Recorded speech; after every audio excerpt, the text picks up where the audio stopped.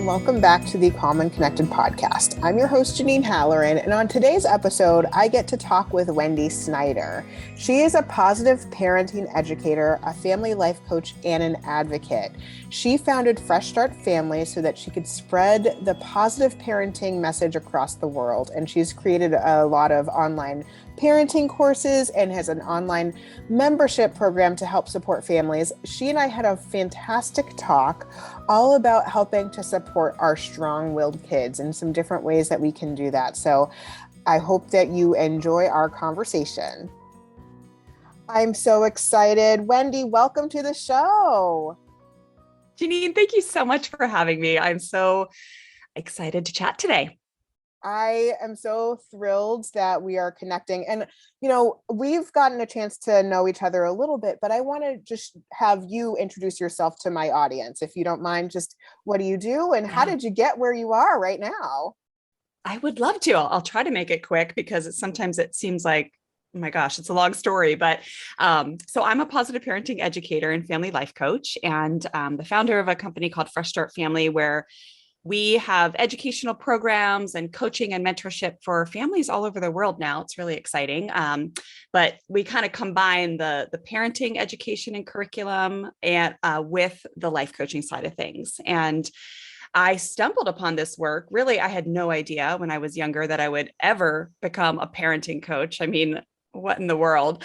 But I stumbled upon this when my little girl was 3 years old, and she really came out of the womb with a strong will, a beautiful strong will that I now am able to see the absolute glory in the perfect design of her spirit and her tenacity and all the things. But back then, I was just kind of didn't know what to do. So everything was kind of okay the first few years because I had a full-time nanny. I was in corporate America working in marketing, and everything was great. It was when my second son was born my second child was born, that, the poop really hit the fan.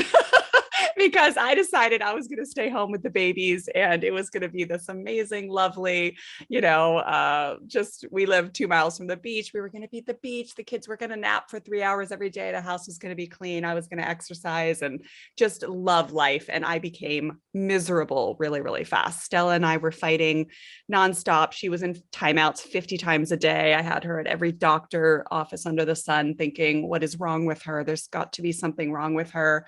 Is she ODD? Is she ADD? Is she like, please just help me? Because she was, so defiant at the time. And I just really hit a really deep low of like, how in the world is this even possible? I really thought I was always going to be great with kids. I worked as a springboard diving coach. I nannied in college, all the things. Like even my husband was like, we're going to have this dialed. And then it just was a nightmare. Her and I especially just had really tough times. So thank God, Enter Positive Parenting. There was a free course in my local town, went to that. And just immediately, as soon as I started to learn these concepts and realize that I could see things differently, that I could work with her, talk to her, discipline her differently, my soul just really settled. And then I started to change and be humbled in a lot of different beautiful ways. And then organically, she started to change. And, a few years later, I just realized I got to teach this stuff. That led to going down the life coaching route and became very involved with that work. And here I am 10 years later. Stella's now 14 and she's thriving in life.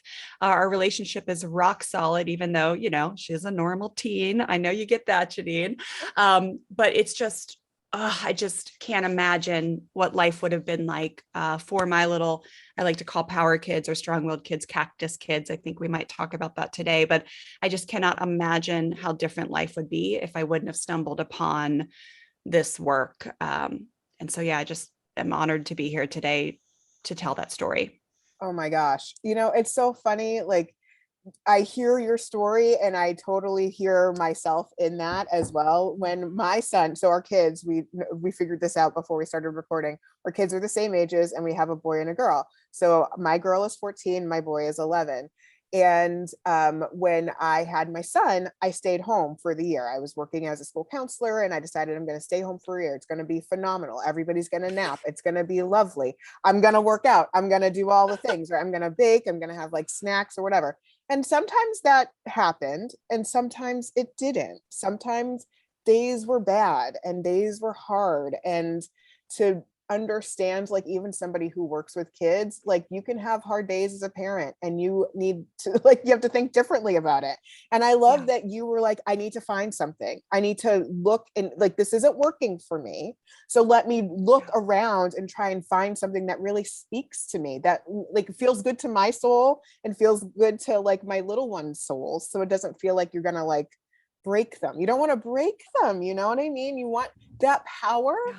Is so incredible. Like that strong will, we want them to keep it, but then, you know, how do we work with that? So I know you talk about raising Cactus Kids. So I'd love to hear a little bit more about that, if you don't mind sharing a little bit more.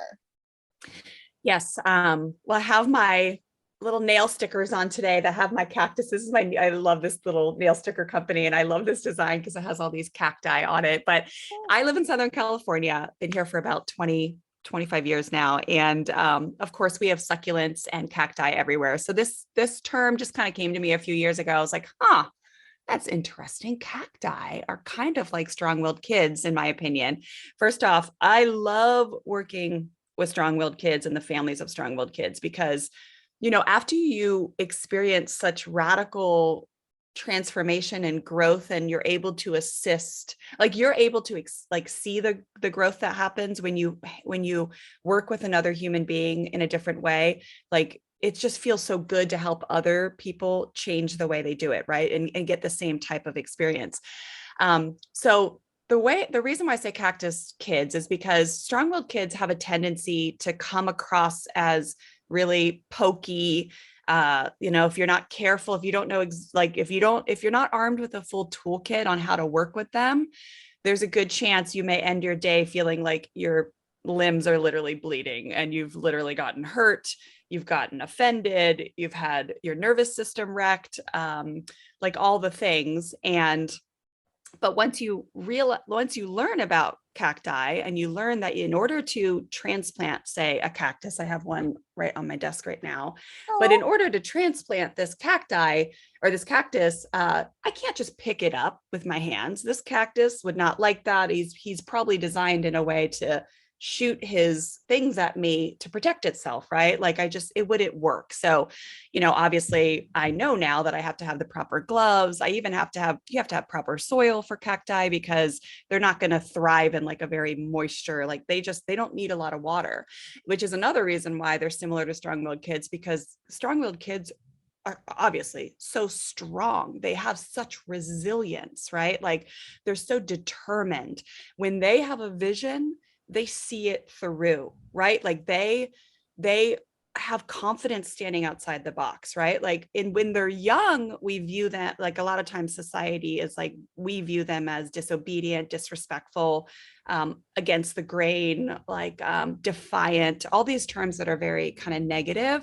But then when you look at world leaders and heroes that we respect that have been behind, you know, massive change in our country or our world, they often have the same, you know, traits, but we describe them as gutsy, determined, you know, perseverant, courageous, right? They're the ones who have the courage to get on stage. They're the ones who have the bravery to lead a movement. They're the ones that are like, I don't care what you think, I am going to stand up for what I believe is right. Like strong-willed kids have a very intense justice button. Like they cannot sit back and just watch injustices happen. This is why they're such a pain in the butt with siblings, because they're like, it's not fair, right? Like fairness to them is so huge. But they can just be really pokey and prickly.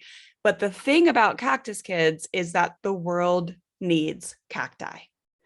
Not everybody can be a little orchid or a beautiful sunflower. Like we need cacti in our world.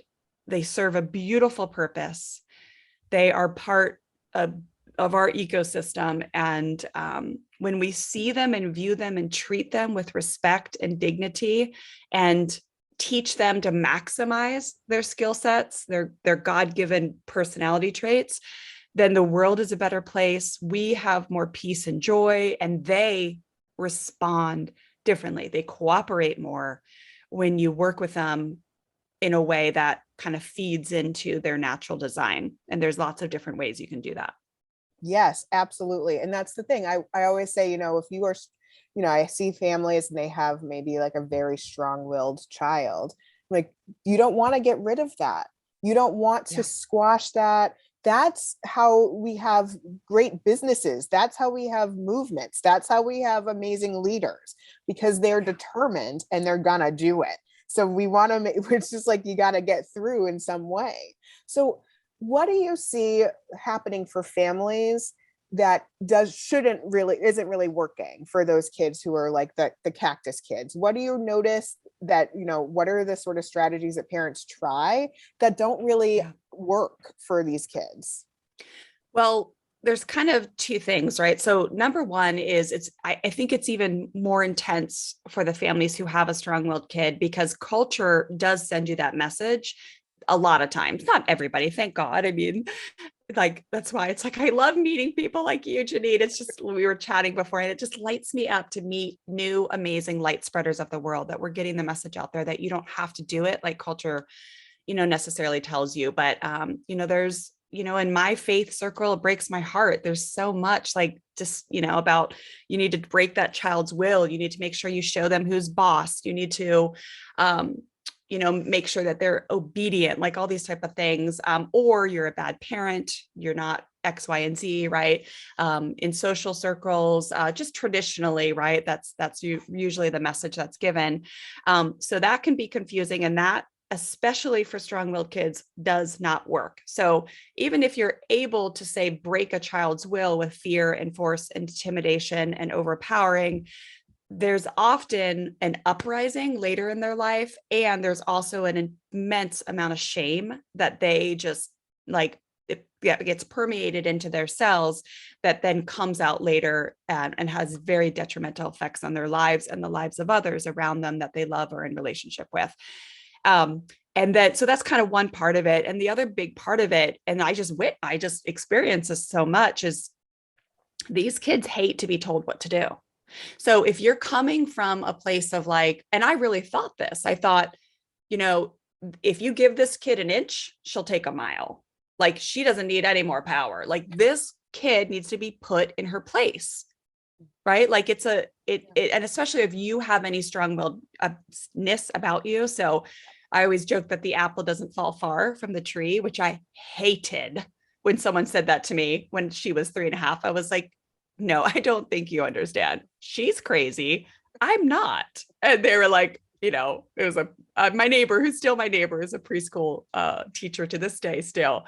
And she was actually talking about somebody else's kid, a conference she had, but she kept saying like, well, 9 out of 10 times the apple doesn't fall far. And I was like, I don't get this. And then later I was like, oh my gosh, it's exactly true. Like, my daughter is a mini me. Like, we have that same strong will. So, but when that comes up against each other, we call it like the joy of opposing, when power struggles happen. As long as there's two forces coming at each other, both with a strong desire to win and feel powerful, a lot of times it just results in like a really unhealthy power struggle. And parents, again, when their toolkit's not full, they have a tendency to rely on the hand-me-down parenting tactics: fear, force, bribery, and rewards, which are all external controls. And that leads to, again, when a child with a strong will is feeling low in the realm of like their power bucket being filled up. So these kids have like a really strong desire to feel powerful. So if they're constantly being externally controlled, they will find areas in their life to demand it. And it often comes out in misbehavior and just various ways. But it's like these kids, they almost can't function without some way to feel powerful. So as parents, we either have the choice: we can teach them how to feel powerful in healthy ways, or we can continue the power struggle and the dominance and the fear and force And again, most families who are practicing the fear and force tactics, which is kind of traditional punishment, threats, yelling, it often I see it comes with the bribery and rewards, which then later in life makes a parent insane, because then you think you have an entitled brat who, thinks that in order to get good grades, you have to be paid. Like all the things, it's just like this cycle that's just like, no, let's do it different. Like, let me help parents do it differently. And I know your work teaches them to do it differently too. Yeah, it's so interesting because it's sort of like talking about like that internal locus of control versus external locus of control. If you're constantly doing, and you have to rely on the external as opposed to like relying on your internal desires and rewards, it really makes a difference in terms, you can get them to behave and do all the things that you want them to do by doing external stuff. But like in the long run, that's actually not as great for them as them being able to internally be able to do that, like to have that dynamic of like, I want to do this. What would you say if families are like stuck in this position? They're stuck in this dynamic of, they're having these power struggles. What would you say is like one strategy you would want families to try with their children? Yeah, well, I think there's so much. And I just lately with my private members and people I've been coaching, it's just, I mean, it's always on our radar, the mindset piece, but lately it's been so just so up in my face. So it's like, it's really where we got to start. So if you are still seeing and viewing your child as a pain in the butt. I remember back when Stella was young, I had this colleague and she was like, oh, she sounds just like my daughter. She goes, we nicknamed her Pia when she was young, pain in the butt, right? Like pain in the other word. Mm-hmm. And it just stuck with me. I'm like, oh my gosh, but when we are waking up every day and we're like, we see our child when we're like, don't pull the dog's tail, and they pull the dog's tail. And we're like, why are you disobedient and sassy? These are the words I used to use: sassy, a pain in the butt, defiant. Like, why won't you just listen? Like something's wrong with you. It just is the start of really having trouble implementing anything that you and I are able to teach. Right. So it really starts with the mindset of just understanding. And it can be difficult in the beginning to switch. And it's possible to realize that you have been blessed with a beautiful opportunity and you can do it. You just got to start seeing things differently. Like you are capable. If I'm capable of changing the way I see my daughter and the way I was viewing what was happening, you are too. Like it's not rocket science, right? But it does take intention. It does take purpose. So once you're able to start seeing that your child is just communicating that they want to feel more powerful and that there are all these ways, like we teach, a lot about choices. I know choices is like it feels very like, oh, that's easy. That of course we give choices, but we actually teach our students to use choices as a language and from an empowered standpoint, not like I have to give my kid a choice or they're going to freak out. It's like, well, actually put on your creative brain and just see how many times today you can actually allow your child to make the choice. And I promise you're going to see a change in their behavior. But that's just one of the 10 strategies we really teach to prevent power struggles. That's the pouring into a kid's bucket all day long, like prevention. And then we have 10 strategies that we teach. I have a free workshop for power struggles. I can, maybe you can put it in the show notes, but we teach 10 strategies in our expanded programs on how, when you're actually stuck, you dissolve the power struggles. But choices is just one of those things on, both of those things. But I just really believe the mindset is so important. From going from, man, this sucks. I got like, why is life so difficult with this child? Something's wrong with them, to, all right, I got my assignment. Like, I don't know if they're going to be the next Martin Luther King Jr. I don't know if they're going to be the next, whatever, someone you look at that you admire, like, I don't know what they're going to be, but I trust that this is an opportunity for me to learn too. Like, I believe our children, Stella is an angel to me. She's an angel to our family. She's an angel to the community, to the world, because like, if it wasn't for her, I would have never realized how much I had to learn and how much I could change in order to not just work with Stella, but to see other humans who had a similar drive in a different light, and to change and to humble myself and be a confident, firm, kind leader without doing stuff that just was against my character. So it's kind of a long answer, but maybe that. I love it. You know, I think that mindset piece, I've been finding that as well. And I actually ended up having a conversation with another person, that a colleague of mine, and they were talking about, they have little kids. They have like young elementary school kids. And they had this like idea of like, oh, when they're teenagers, it's going to be awful. It's going to be horrible. And I was like, hold on, pause. Let's change your thinking about that. Like, their brain is growing a lot when they're teenagers. So remember that, like, their brain is growing, like, just like when they were growing as they were toddlers. However, like, it's incredible because they are starting to get more control over their emotions. They are starting to get better at problem solving.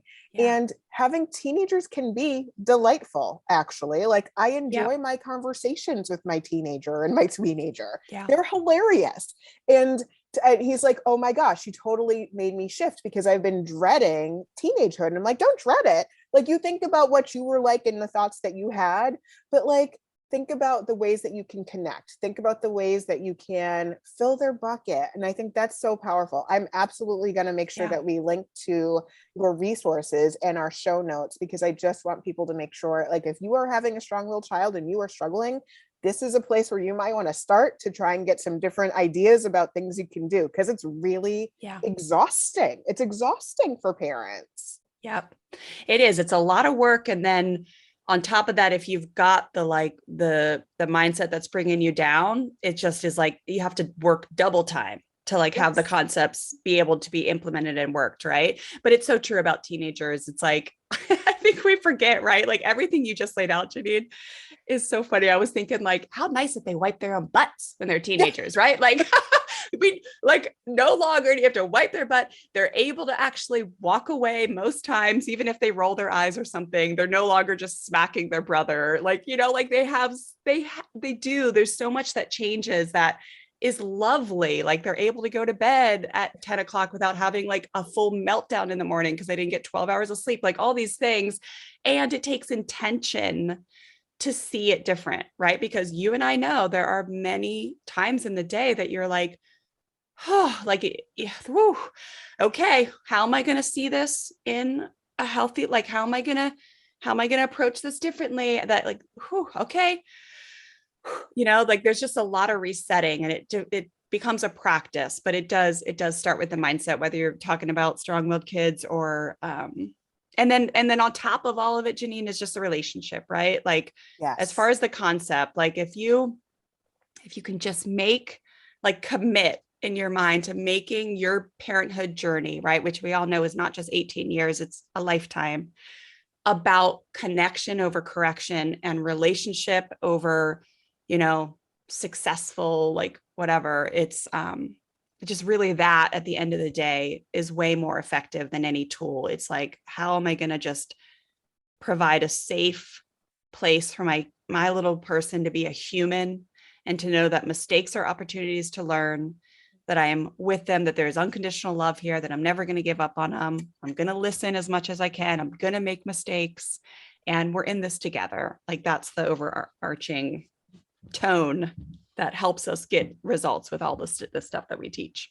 Absolutely. And I think the changing of the mindset is huge. I think it's really hard. I'm noticing more and more, I'm hearing from families that self-reflection for the adults working, this keeping yourself calm, keeping yourself in a good place. Do you have any ideas or suggestions that for those families, for those parents who are like, I know I need to think about things differently, but like, how do I keep myself calm in those moments? How do I take those deep breaths and take that opportunity to reshift my thinking around things? Yeah. I just had a really good DM on Instagram the other day that someone put it really well. When I said, hey, I was teaching about compassionate discipline last month, and what are your questions? And she said, help me I see red.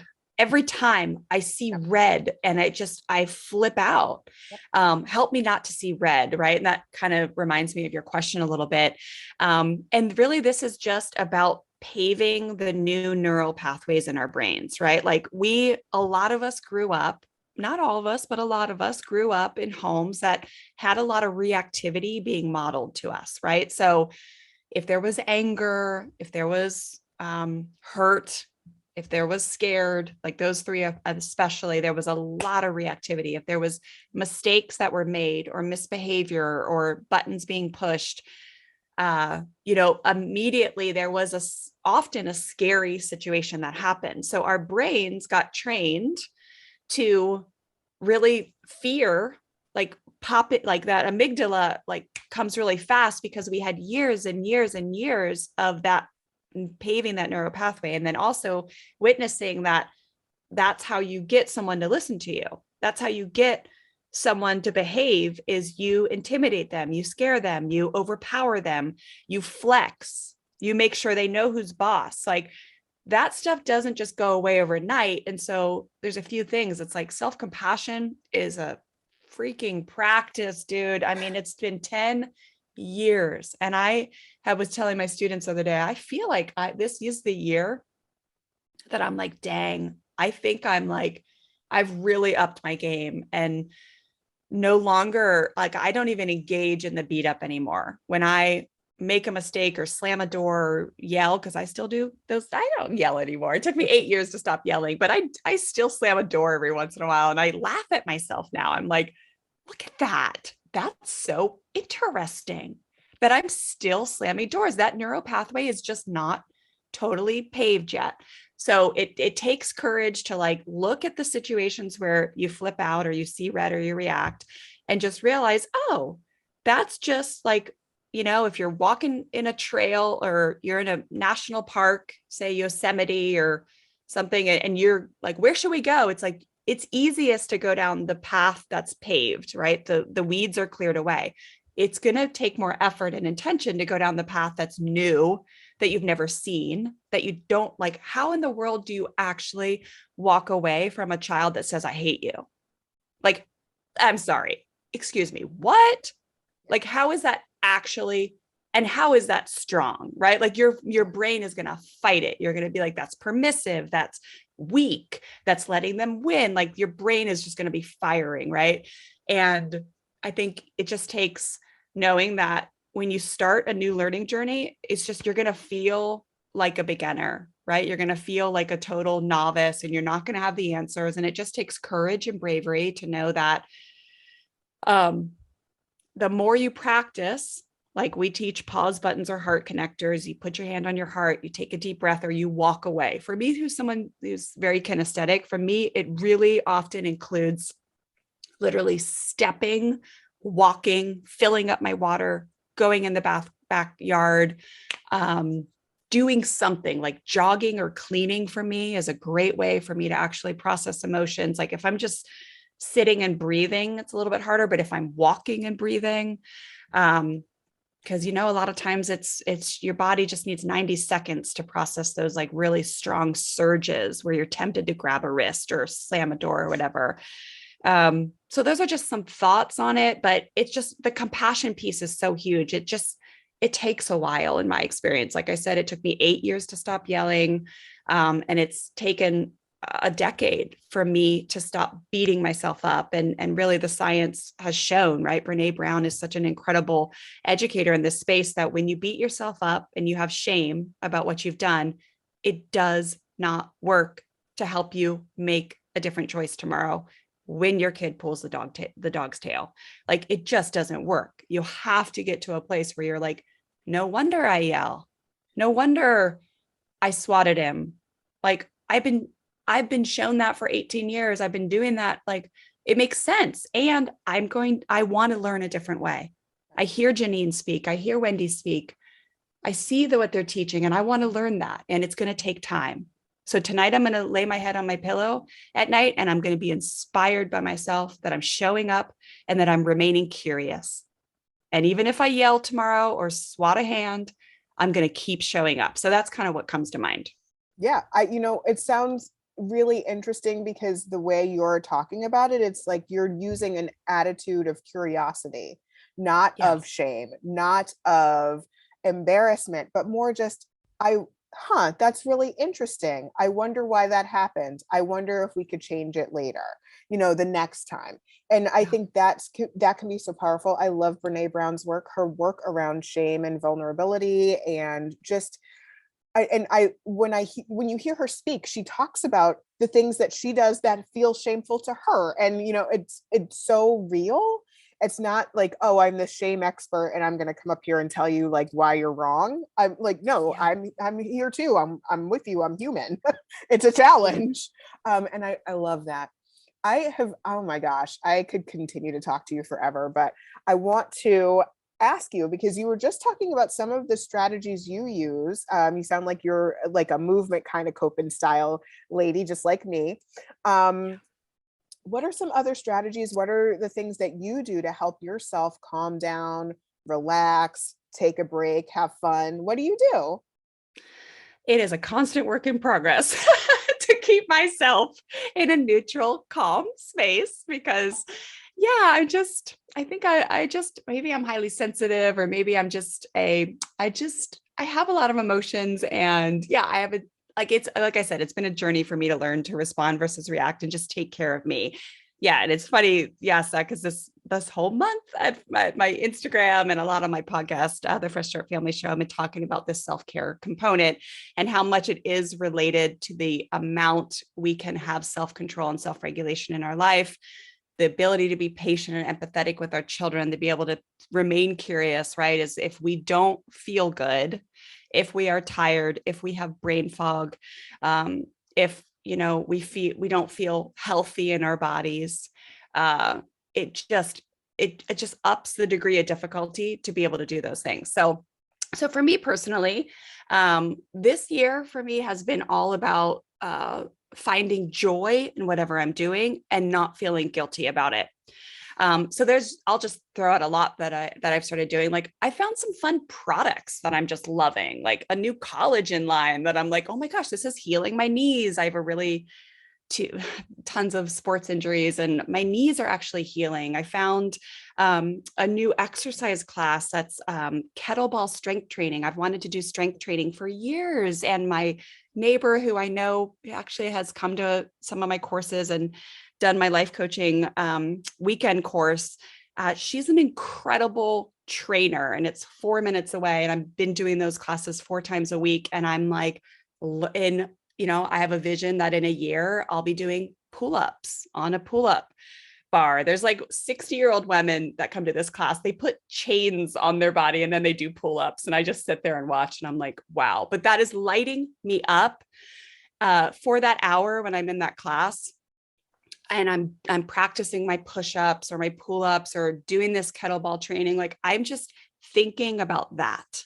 I'm only thinking about that. I'm also a body surfer when I'm in the ocean and I'm catching a wave with my kids or with my husband. I'm only thinking about that. And for me, with a very busy mind, I really thrive when I have a lot of time to do that. And as a business owner, as an entrepreneur, I also am a workaholic. So I have become addicted to my business. And so I'm a work in progress like everyone else. But those are just some of the things that have brought me joy in the self-care department over the last few months. I could go on and on, but it's like, those are the things. Those are a few little examples. That's amazing. It's so incredible. And it sounds like you are a mover. Like moving is such a powerful thing for you. And that's helpful for you to know. So then, if things happen over time and you want to explore different things, then, maybe I just continue to look at some different ways of moving my body that bring me joy. I love the joy piece that you brought in there too. It's so powerful to actually think about what is actually bringing me joy and like fun, fun. right? We should have more fun. And You I know love what's that funny though, Janine, is I think about this all the time. For those of us who love to move, like I also love to sit. but oh yeah, but when I just sit and veg out, like say with a book, I guess that is part of my care. It is part of it. Like I'm dying to relax and just lay, but it's a very small amount of the self-care rhythm, right? I think it's just those of us who have young kids later in life that will turn into a bigger form of self-care because it is nice to lay down and relax. But right now it's a lot of movement. So, yep. I find that I want to read, but I also want to walk. So I listen as I listen to audiobooks as I walk. So, or I listen to a podcast. So I get that like sort of like somebody tell me a nice story or like maybe a not so nice story. And, but something interesting that actually fills my brain. So I'm not like thinking about other stuff. But then I'm also still moving.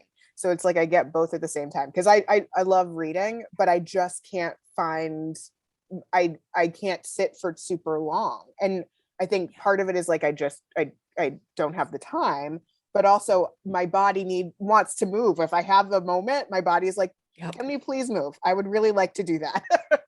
Yep. Oh my goodness. Exactly. Oh, so if people want to hear more about you, learn more about your work, where should they go? Thank you for asking, Janine. Oh my gosh. Well, I can't wait to have you on our show. We're going to have a great conversation. We have a podcast called the Fresh Start Family Show. You can find us on all the podcast platforms. But I think per our conversation today, like I mentioned, that free workshop that I teach about power struggles would be awesome. freshstartfamilyonline.com/power struggles. And then, Instagram, I like to teach a lot there for free if you happen to be over on Instagram at Fresh Start Wendy. And then we always have a free resource on the homepage of our website, freshstartfamilyonline.com. A lot of times it's a strong-willed, a guide to raising strong-willed kids with integrity without losing your mind. And other times it's a free challenge. We do a free challenge, a 5-day like mini course at the beginning. The first week of June every year. That's really a great way to kick off summer. But those are some places to find me. And I look forward to connecting with everybody. Oh, thank you so much. I'm so excited. And I hope a lot of people go over and just check out your work because especially those of us who are raising Cactus Kids, we need that support and that help. So thank you so much for coming on the show. Thank you for having me, Janine. This was amazing.